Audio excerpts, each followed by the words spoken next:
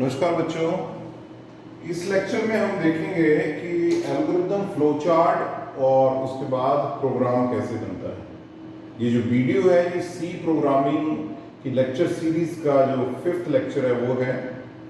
तो हम अंडरस्टैंड करते हैं कि प्रोग्राम बनाने से पहले वो क्या स्टेप्स होते हैं जिनको फॉलो किया जाता है। प्रोग्राम किसी एक प्रोग्रामिंग लैंग्वेज में होता है, दूसरी में, तीसरी में, किसी भी प्रोग्रामिंग लैंग्वेज में उसको लिख सकते हैं। बट फ्लो चार्ट और जो एल्गोरिथम है वो एक जर्नल किसी भी प्रॉब्लम, किसी भी कंसेप्ट को सॉल्व करने के इनिशियल स्टेप्स हैं। तो इनको अंडरस्टैंड करना बहुत ही ज़्यादा इंपॉर्टेंट है। तो सबसे पहले हम अंडरस्टैंड करते हैं हम एल्गोरिथम को। तो एल्गोरिथम क्या है? Algorithm is the sequence of well ordered instructions written in simple language. Okay, हमारे पास ये 2 नंबर को ऐड करने का एक एल्गोरिथम है, एल्गोरिथम और सम ऑफ एनी 2 नंबर्स। तो यहां पे अंडरस्टैंड करिए आप कि algorithm statement by statement simple English language में लिखा जाता है। तो यदि 2 नंबर को ऐड करना है तो सिंपल यही होता है कि एक नंबर को लीजिए, दूसरे नंबर को लीजिए, दोनों को ऐड करिए, डिस्प्ले कर दीजिए। तो एल्गोरिथम की स्पेशलिटी क्या है कि पहली और एंड वाली line, these lines define the start and the end of the algorithm. In between them there are the instructions. तो पहली इंस्ट्रक्शन क्या है 2 नंबर के सम को ऐड करने की, कि हमें 3 वेरिएबल डिक्लेयर करने पड़ेंगे। पहला वेरिएबल किस लिए? एक वैल्यू के इनपुट के लिए, दूसरा वेरिएबल किस लिए? दूसरे वैल्यू के इनपुट के लिए, और सम किसके लिए? इन दोनों के सम को स्टोर करने के लिए। बच्चों, डिक्लेयर करने का मतलब ये होता है कि हमने ये बताना होता है कि इसमें वैल्यू किस तरह की स्टोर होंगी। यानी कि हम पिछली वीडियो में देख सकते हैं इंट फ्लोट 2 मैंने डाटा टाइप बताई थी। तो बताना पड़ता है कि किस तरह की वैल्यू को हम स्टोर कर रहे हैं। ये प्रोग्रामिंग की अप्रोच है, सी प्रोग्रामिंग की अप्रोच है। कुछ प्रोग्रामिंग लैंग्वेजेस ऐसी हैं जिसमें बताने की जरूरत नहीं है। ओके, और उसके बाद जो थर्ड इंस्ट्रक्शन है वो क्या है? Input A B. A B में इनपुट क्या करोगे? किसी भी वैल्यू को आप इनपुट कर सकते हो। और उसके बाद कंप्यूट क्या करना है हमने? ए और बी को ऐड करके वो वैल्यू किसमें चली जाएंगी? सम में। और उसके बाद डिस्प्ले कर देना हमने आउटपुट को। ये किसके लिए है? 2 नंबर की एडिशन के लिए। अब ये जो 2 नंबर की एडिशन के लिए बनाए, जो 5 नंबर की एडिशन के लिए भी इसी को मॉडिफाई कर सकते हैं। तो 5 नंबर की एडिशन के लिए क्या होगा? हमारे पास वेरिएबल कितने डिक्लेयर करने पड़ेंगे? अभी 2 वेरिएबल है, अभी 5 करने पड़ेंगे हमें। यानी कि A B C D and E, और उसका सम वो ही रहेगा। इनपुट भी 5 की होगी और यहां पे कितने आ जाएंगे? 5 हो जाएंगे। ओके, और अब अंडरस्टैंड करते हैं फ्लो चार्ट को क्या है। एल्गोरिथम में सिंपल इंग्लिश लाइक लैंग्वेज रहती है। इसी चीज को यदि ग्राफिकली या डायग्रामेटिकली आप रिप्रेजेंट करते हैं उसको फ्लो चार्ट कहते हैं। तो यदि फ्लो चार्ट की डेफिनेशन को अंडरस्टैंड करें, it is a pictorial representation of algorithm. छोटी सी, it is a diagrammatically representation of the algorithm. तो इसमें सिंबल्स यूज होते हैं। ये सिंबल, ये सिंबल, ये सिंबल। यदि इन सिंबल्स की बात करूं तो ये सिंबल कैसे हैं? दीज सिंबल्स आर, इस सिंबल को क्या बोलोगे आप? ओवल। इस सिंबल को क्या बोलोगे आप? रेक्टेंगल। इस सिंबल को क्या बोलोगे आप? पैरेललोग्राम। ओके, तो अब अंडरस्टैंड करिए कि ये सिंबल किस लिए यूज होते हैं। इन सिंबल से ही आप डिफाइन कर सकते हैं कि कौन सा इनपुट के लिए, कौन सा आउटपुट के लिए। तो ये जो है, this is for input, this is for sorry, ये स्टार्ट के लिए और ये एंड के लिए।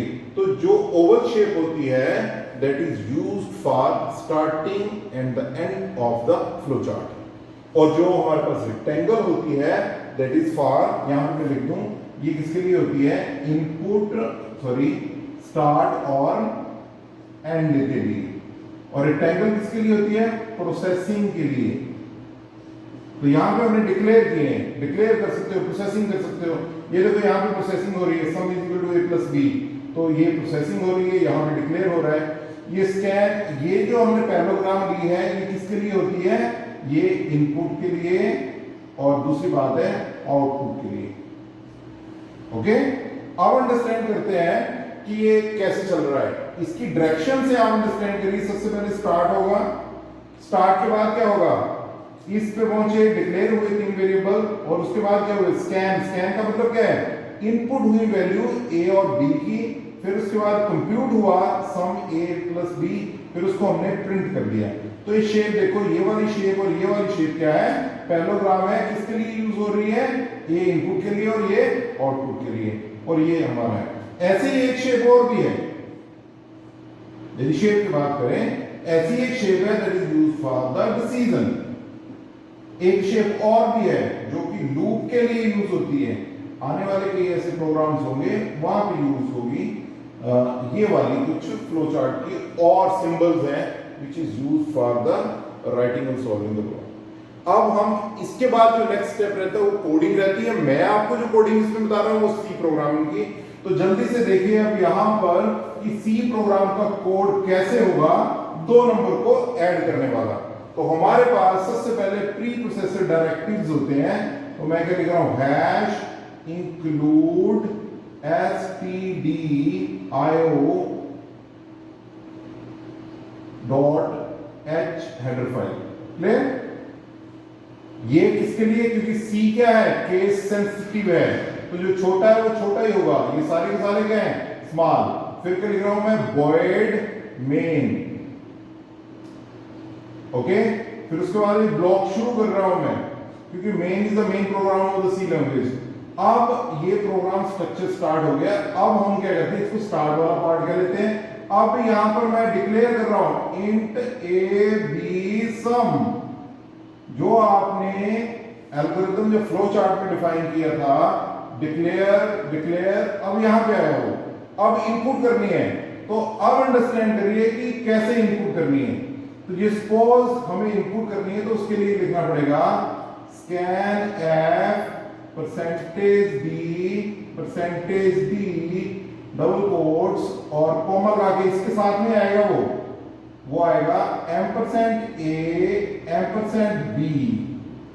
अब समझिए इसको क्या है, स्कैन एफ एक फंक्शन है, ये इनपुट फंक्शन है सी प्रोग्रामिंग का, और ये पहला परसेंटेज बी इस ए के लिए है, दूसरा परसेंटेज बी इस बी के लिए है।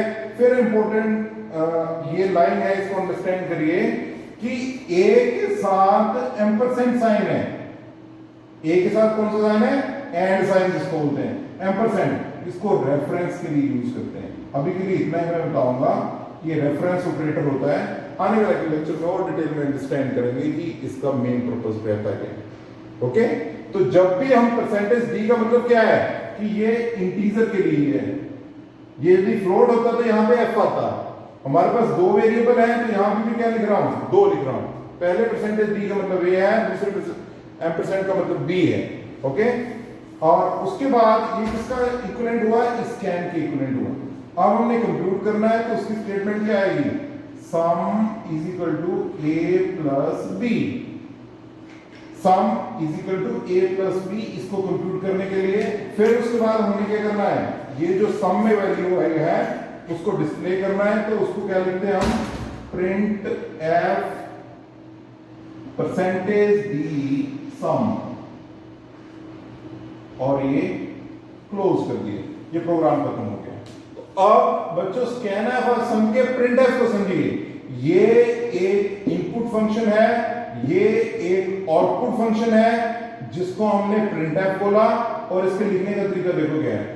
ये परसेंटेज बी है, ये क्या रिप्रेजेंट करता है, फॉर्मेट स्पेसिफायर, और इस परसेंटेज बी के बाद वैल्यू कौन सी आएगी, जो सम में स्टोर्ड है। लिखने का तरीका देखो क्या है, प्रिंट एफ ब्रैकेट शुरू और उसके बाद double quotes percentage D double quotes बंद और बाहर कॉमा और सम।